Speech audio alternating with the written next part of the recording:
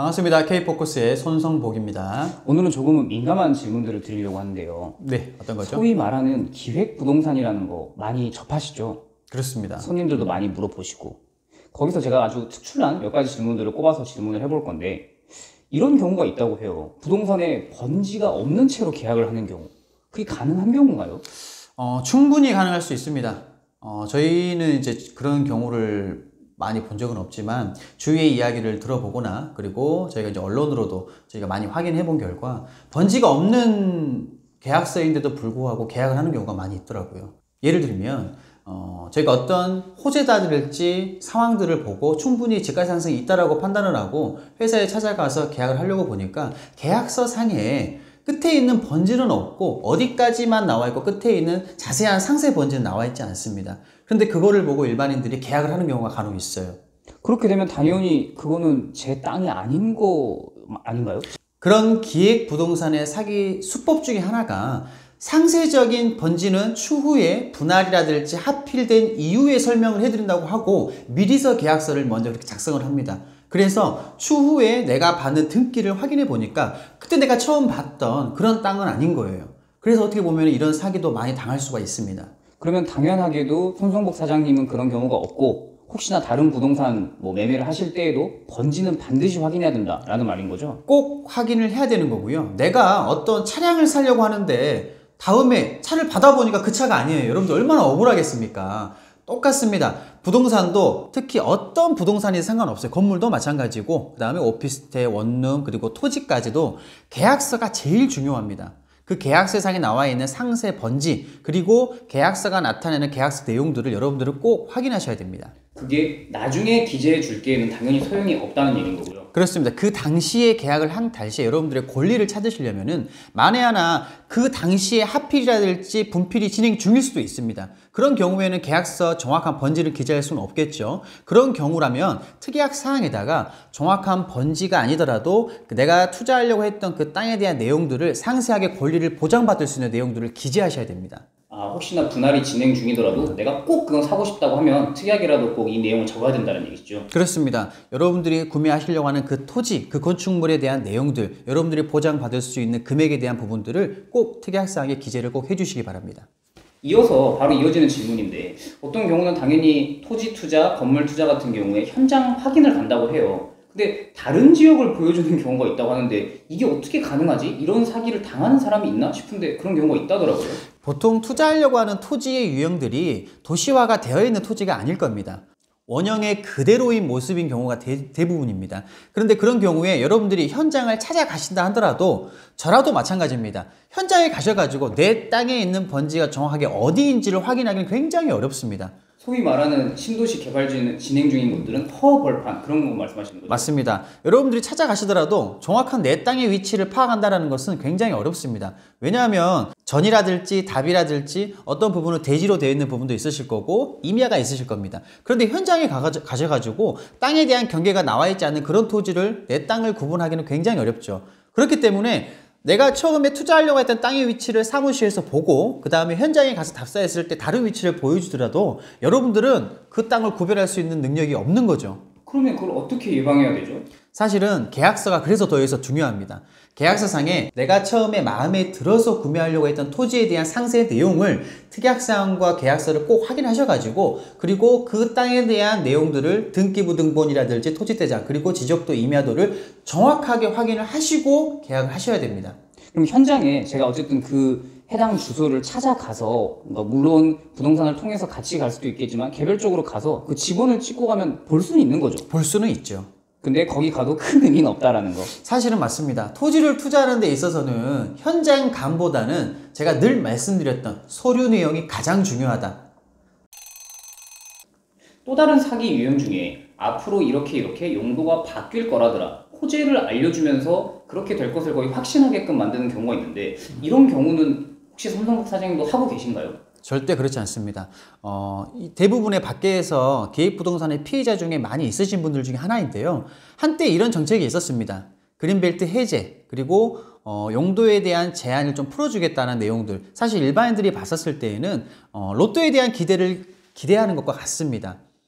그린벨트가 해제되면은 어제까지만 해도 거래가 전혀 안 되었던 가치가 없는 토지가 일확천금에 대한 부분으로 바뀌기 때문에 많이들 투자하려고 하셨을 텐데요. 절대 그러기는 어렵습니다, 여러분들.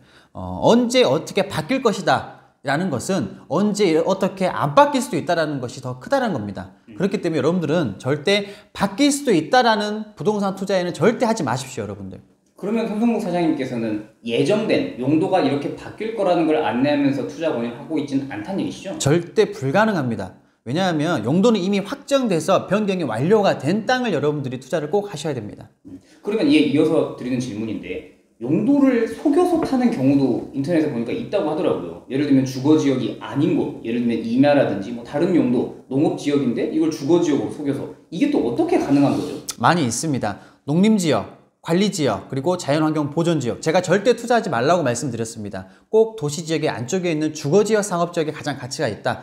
아니면은 그 주변에 있는 자연녹지라든지 이런 부분에 대한 입지 조건을 보고 제가 투자를 꼭 하셔라 라고 말씀을 드렸는데, 용도가 바뀐 내용들, 여러분들이 제가 늘 말씀드렸던 서류를 제가 강조하지 않습니까? 토지 이용 계획 확인서라는 서류가 있습니다. 그 서류만 확인하시면은 내 땅의 번지를 입력만 하셔도 무료로 열람을 할 수가 있습니다. 그런데 그걸 확인하지 않고 회사에서 말씀해 주셨던 용도만 보고 투자한다? 그러면 안 되겠죠? 말로만 보고 투자하지 마라. 보는 것만 보고 투자하지 마라. 꼭 서류를 보고 투자하셔라. 제가 꼭 말씀드렸습니다. 서류를 확인하시기 바랍니다.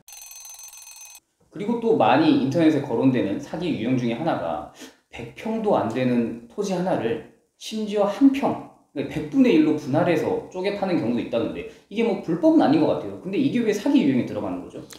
정확하게 말씀드리면은 기획부동산에서 많이 쓰는 수법입니다.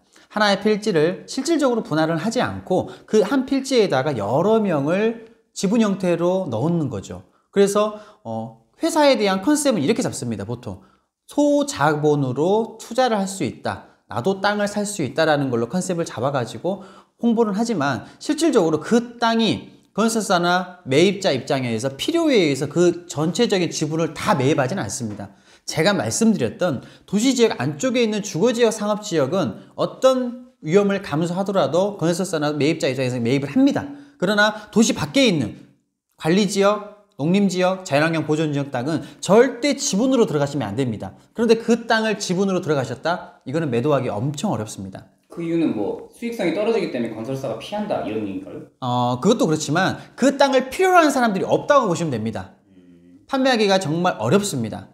그러면은 다른 지역에서는, 그러니까 다른 인터넷 사례에서는 아까 말씀하셨듯이 한 필지에 심지어 100명이 들어가는 경우도 있다고 하는데, 그러면 실제 손성복 사장님은 한 필지에 공유지분 총 몇 명 정도까지 적정선이라고 생각하세요? 평균적으로 도시지역 안쪽에 있는 땅도 여러 명이 많이 들어가는 거는 저는 권장해 드리고 싶지 않는데, 평균적으로 한 필지에 약 3명 정도가 적당하지 않나 싶습니다.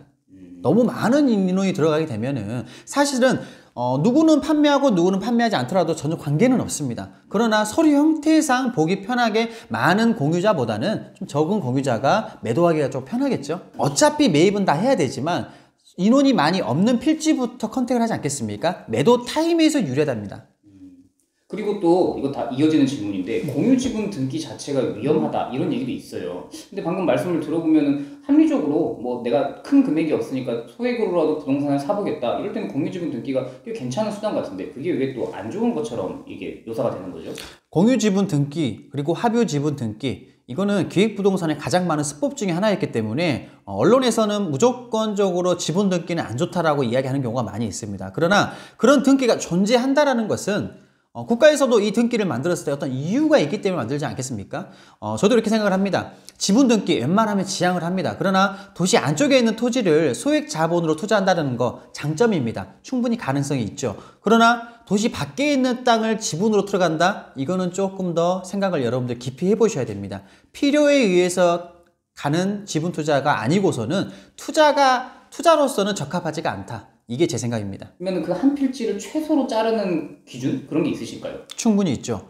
저희도 지적과의 의뢰를 해서 이거를 분할을 하고 합필을 하고 이런 형태를 유지를 하는데, 보통 주거지역은 약 18평 정도, 그리고 상업지역 같은 경우에는 약 45평 정도로 최소 분할이 가능합니다. 그러나 그렇게 최소 분할로 하기보다는 저희는 적정선에 의해서 약 한 필지당 최소 50평 정도를 기준으로 잡습니다. 왜냐하면 추후에 이 땅이 조금 매도 타임이 늦어질 수도 있고 그 땅을 필요에 의해서 소비자가 활용하는 경우도 있습니다. 그랬었을 경우에는 어떤 건축물의 형태가 지어질 수 있는 가능성이 있지 않겠습니까? 그렇기 때문에 약 50평이라 그러면 약 30평짜리 건축물을 지을 수가 있습니다. 실질적으로 활용이 가능하다는 거죠. 그렇게 활용이 가능할 수도 있는 리스크를 줄여주자 이겁니다. 그러니까 법에서는 주거지역의 경우에는 18평 밑으로는 자르지 마라 라고 권고하고 있는데 그보다 더 여유 있게 50평 정도를 최소 단위로 자른다 라고 말하시는 거죠? 맞습니다.